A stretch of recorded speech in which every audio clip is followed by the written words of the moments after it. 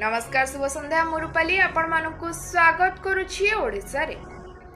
Cuttack smart village कलरा बांक ठारे 100 शଯ୍ୟା विशिष्ट अत्याधुनिक किम्स ग्रामीण डाक्तरखाना एवं कलरा बांक स्मार्ट विलेज रो लोकार्पण कले मुख्यमंत्री श्री नवीन पट्टनायक। लोकार्पण अवसर में मुख्यमंत्री कहिथिले जे एही हॉस्पिटल अंचलवासी को उत्तम स्वास्थ्य सेवा जोगाई देबारे सफल हेबो बोली स्मार्ट विलेज कलरा बांक पई हॉस्पिटल एक नुआ परिचय सृष्टि करिबो बोली कहिथिले मुख्यमंत्री। कलरा बांक गाँव रूपांतर पई सांसद अच्युत सामंत को धन्यवाद दे कहिथिले जे आमे समस्ते निज निज गाँव निज माटी पई दायित्वर सह काम करिबा तेबे रूपांतर लक्ष्य खूब शीघ्र पूरण हेबो। किम्स पक्षरु राज्यर विभिन्न जिल्ला रे 19टी 100 शଯ୍ୟା विशिष्ट हॉस्पिटल करा जाउथिबा जानी मुख्यमंत्री खुशी व्यक्त करी कहिथिले जे आम पई प्रति जीवन मूल्यवान।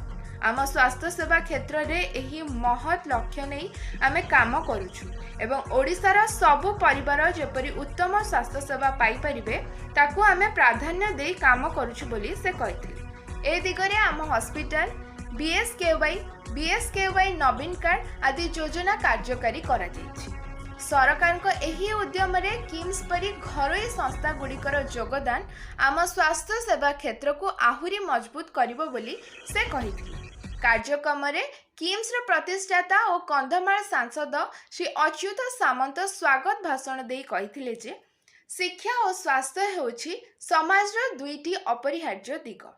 मुख्यमंत्री एही दुईटी दिग को गुरुत्वर सह नेही एहार विकास जरिया रे शीर्ष रे पहुंचाइछन्ति। मुख्यमंत्री उभय सहरांचल और ग्रामांचल उन्नति को समान भाव में प्राधान्य देथांती। आज कलरा बांक ग्राम रे सहर भली समस्त सुविधा उपलब्ध करा जायछि। ए दिगरे मुख्यमंत्री आंतरिकता और 5T अध्यक्षों प्रोत्साहन प्रशंसनीय अटे बोली से कहिसंती। कार्यक्रम में उपस्थित 5T तथा नवीन ओडिशा अध्यक्ष श्री कार्तिक पांड्यान सांसद अच्युत सामंत को निज जन्ममाटी और राज्यर स्वास्थ्य सेवा क्षेत्र में एही महत योगदान को प्रशंसा करी कहिथिले जे अच्युत बाबूंक एही महान अवदान सबुदिन पई स्मरणीय होई रहिबो। आज मुख्यमंत्री श्री नवीन पट्टनायक पुरी श्री जगन्नाथ मंदिर सेवायतों कल्याण पई विभिन्न योजना घोषणा करिसेंती। एथिरे विभिन्न भत्ता परिमाण और स्वास्थ्य बीमा रे वृद्धि करा जायथिबा बेले परिवारर छात्र छात्री प्रवेशिका परीक्षा पई कोचिंग व्यवस्था मध्य करा जाउछि।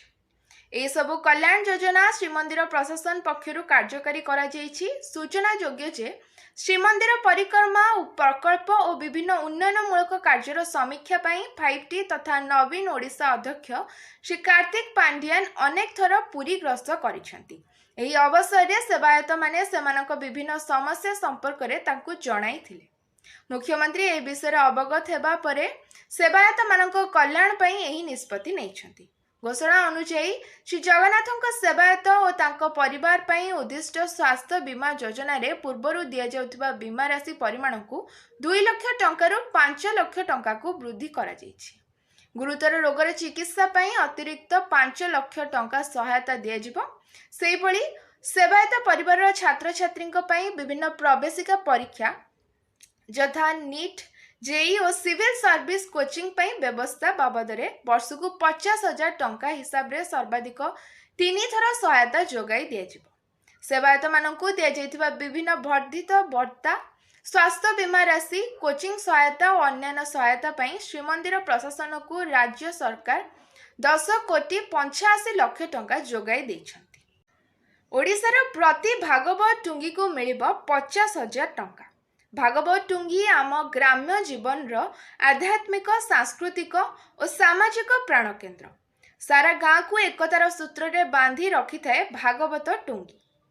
आम संस्कृति और परंपरार एही महान प्रतीक भागवत टुंगी हेउछि ओडिशा जातिर सांस्कृतिक अस्तित्वर एक गौरवमय परिचय।